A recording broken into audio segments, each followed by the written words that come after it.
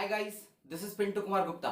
आज है क्लास 12 के बिजनेस स्टडीज का वीडियो नंबर 22 और आज की इस वीडियो में हम लोग टाइप्स ऑफ ऑर्गेनाइजेशन डिस्कस करने वाले हैं, जो है मेनली दो टाइप की।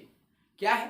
फॉर्मल और इनफॉर्मल। इस पूरे थिंकिंग को समझने के लिए या पूरे कॉन्सेप्ट को समझने के लिए हम लोग अपने लेवल में थोड़ी सी बात कर लेते हैं। जरा सामने आओ। अच्छा, तुम लोग जब स्कूल जाते हो तो कभी भी टीचर्स के गॉसिप को सुने हो क्या? देखना, जब वो लोग आपस आपस में बात करते हैं तो वो लोग अपने बारे में कुछ भी बात करते हैं।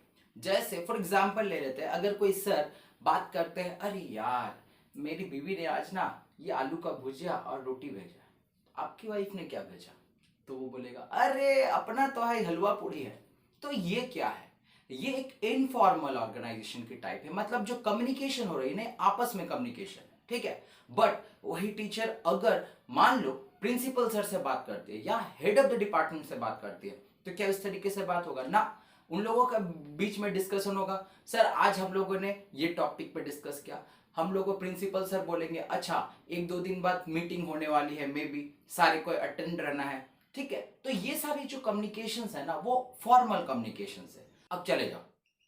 तो बस ये जो स्टोरी थी अपने से रिलेट करके सोचो और पूरा ऑर्गेनाइजेशन का टाइप तुम लोगों को क्लियर हो जाएंगे। तो चलो अब बोर्ड के हिसाब से समझते हैं कि ये है क्या। ऑर्गेनाइजेशन ऑर्गेनाइजेशन दो टाइप के, एक फॉर्मल और दूसरा इनफॉर्मल ऑर्गेनाइजेशन। क्लियर है? देन फॉर्मल ऑर्गेनाइजेशन है क्या sir? The formal organization is a system of well defined jobs each bearing a definite measure of authority, responsibility and accountability. मतलब यहाँ पे एक वेल डिफाइंड जॉब है, मतलब सब कुछ जिसका जिसका काम है उससे डिफाइन किया गया है कि भाई आपको ये काम करना है। और हर एक लेवल पे हर एक एम्प्लॉय क्या है, उनका एक अथॉरिटी है, उनके ऊपर एक रिस्पॉन्सिबिलिटी है और अकाउंटेबिलिटी है, मतलब आंसरेबिलिटी है। तो ये देखो एक फॉर्मल ऑर्गेनाइजेशन के टाइप में आ जाता है, मतलब ये है ही। देन अब इसकी कुछ फीचर्स होंगी। फीचर्स क्या है समझेंगे। Features means to achieve objective. देखो जो फॉर्मल ऑर्गेनाइजेशन होते हैं ना, उनका जो रूल्स और प्रोसीजर जो होता है ना, इस तरीके से ड्राफ्ट किया रहता है कि उसी के अकॉर्डिंग काम करना होता है सारे इंप्लॉइज को। तो ये सबसे पहला फीचर है। देन दूसरा, boundaries of authority and responsibility. यहां पे स्केलर चेन का कॉन्सेप्ट चलता है, जो हम लोगों ने चैप्टर 2 में डिस्कस किया था। अब हर एक वेल डिफाइंड जॉब पे हर एक एम्प्लॉय एक अपने अपने लेवल पे एक अलग अथॉरिटी और उसके साथ साथ रिस्पॉन्सिबिलिटी रखता है और अकाउंटेबल होता है अपने सुपीरियर को लेकर। क्लियर है? देन नंबर 3 की बात करते हैं, इंफेसिस ऑन वर्क प्रोसेस। बिल्कुल। अब एक फॉर्मल ऑर्गेनाइजेशन की बात करते हैं तो इसमें इनफॉर्मल वे ऑफ कम्युनिकेशन या कुछ भी ये नहीं हो सकता है। आपको टोटली ऑर्गेनाइजेशन के गोल को पूरा करने में फोकस रखना होता है। तो इससे क्या होता है, ये वर्क प्रोसेस जो होता है ना, वो मेनली वर्क प्रोसेस में इंफेसिस और बोले तो फोकस रहता है। क्लियर है? देन अब इसके एडवांटेजेस हर एक जगह में, ठीक है, क्योंकि तुम लोग हमेशा देखना कोई भी काम को करने के लिए एक formal way of communication, even formal बोले तो ये फॉर्मल ऑर्गेनाइजेशन होना बहुत जरूरी है। तो अपने एडवांटेजेस है इसके। एडवांटेजेस क्या है देखो। सबसे पहला, इजी टू फिक्स रिस्पॉन्सिबिलिटी। देख अब क्या है, clearly define fix individual relationship. मतलब जो भी काम असाइन किया जा रहा है इंप्लॉइज को, इंडिविजुअल्स को, उनका जो जॉब है वो क्लियरली डिफाइंड है, ठीक है। तो अब जॉब डिफाइंड है तो रिस्पॉन्सिबिलिटी भी होंगे उनके साथ। क्लियर है? द नेक्स्ट की बात करते हैं, clear instruction. Instruction as given is clear with assigned job. आपको जो जॉब दिया जा रहा है उसमें इंस्ट्रक्शन भी क्लियर है। लेट सपोज अगर मान लो तुम accountancy teacher, business studies teacher, ये सारे टीचर्स को अगर देखोगे तो उनके जो प्रिंसिपल सर ने उनको एक, मतलब हायर अथॉरिटी ने उनको एक जॉब असाइन करके ही दिया हुआ है कि आपको इस सब्जेक्ट से ही डील करना है, ठीक है। तो ये इंस्ट्रक्शन जो होता है ना वो क्लियर है। The next one, maintain unity of command. Relationship through chain of command enable to maintain unity of command. मतलब यहां पे स्केलर चेन देखने को मिल रही है। जब स्केलर चेन है तो एक सुपीरियर सबऑर्डिनेट रिलेशनशिप है। अब सुपीरियर सबऑर्डिनेट रिलेशनशिप है मतलब वहां पे कमांडिंग भी जो यूनाइट होगी, ठीक है। The next, focus on organizational goal. अभी हम लोगों ने यहां पे डिस्कस किया वो है operational framework are drafted to ensure organization goals are being achieved. इस तरीके से ऑपरेशनल फ्रेमवर्क बनाया जाता है, ड्राफ्ट किया जाता है कि सब कुछ इंश्योर, मतलब ये इंश्योर भी किया जाता है कि किस तरीके से ऑर्गेनाइजेशन के गोल्स अचीव हो सके इफेक्टिवली एंड एफिशिएंटली। ठीक है। Next, avoidance of duplication. It helps in avoiding duplication of work और एफर्ट। सबको काम बटा हुआ है इंडिविजुअल वे में, तो यहाँ पे डुप्लीकेशन की तो कोई बात ही नहीं होती। गाइस, हम लोगों ने फॉर्मल ऑर्गेनाइजेशन के एडवांटेजेस को तो देख ली, अब उसके कुछ डिसएडवांटेज भी होते हैं। ऑल्दो अगर कंपेयर करो तो डिसएडवांटेजेस कम है, बट हाँ है। ठीक है, तो क्या है वो, आओ देखते हैं। Number 1, procedural delay. By following formal chain of communication action gate delayed. बिल्कुल सही बात है। अगर आपको कोई भी कम्युनिकेशन, कोई भी इंफॉर्मेशन अगर कन्वे करना है सुपीरियर अथॉरिटी को, तो आप डायरेक्टली नहीं कन्वे कर सकते हो, आप उससे जो स्केलर चेन है उसी के थ्रू वो इंफॉर्मेशन जाएंगी, तो ये डिले करेंगे काम को। ठीक है। देन नेक्स्ट क्या होगा, नो रिकॉग्निशन फॉर क्रिएटिविटी। बिल्कुल, देखो क्योंकि सारा कुछ पहले से ही डिसाइड किया हुआ है, तो यहां पे कोई भी क्रिएटिविटी जो है ना, उसको रिकॉग्निशन, उसको पहचान नहीं मिलने वाली है। क्या बोलती है, देखो, इट में create rigidity due to prescribed policy and rules. पहले से बना हुआ है रूल्स एंड पॉलिसी, तो कोई भी क्रिएटिविटी होता है उसका कोई भी जगह नहीं है, ये डिसएडवांटेज है। Then third one is no understanding of human relationship ना, यहां पे बिल्कुल नहीं होता ह्यूमन रिलेशनशिप, क्योंकि तुम लोगों ने पहले से जानते हो, इवन पहले क्लासेस में पढ़ चुके होंगे that we are social animals, और हम लोग एक भी काम को अगर कंटिन्यू बेसिस पे करेंगे और बोले तो वो बोरिंगनेस आ जाता है। ठीक है, तो यहां पे क्या होता है, सोशल इंटरेक्शन होना बहुत जरूरी है, बट फॉर्मल ऑर्गेनाइजेशन में ऐसा नहीं होता। ठीक है, फॉर्मल वे ऑफ कम्युनिकेशन में ऐसा नहीं होता। ठीक है, आप अपने पर्सनल बातों को किसी दूसरे के सामने बोल नहीं सकते। ठीक है, तो क्या है, देखो, it does not give importance to psychological and social needs of employ.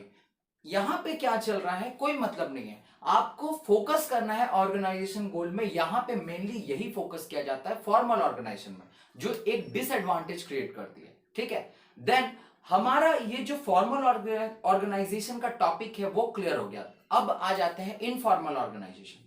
Informal organisation मतलब बोले तो कि बियॉन्ड द फॉर्मल ऑर्गेनाइजेशन के लेवल पे बात करो, मतलब वही दोस्ती वाली बात, पर्सनल बातें, ये इनफॉर्मल ऑर्गेनाइजेशन है। क्या है, देखो, informal organization is a network of personal and social relation not established और required by the formal organisation.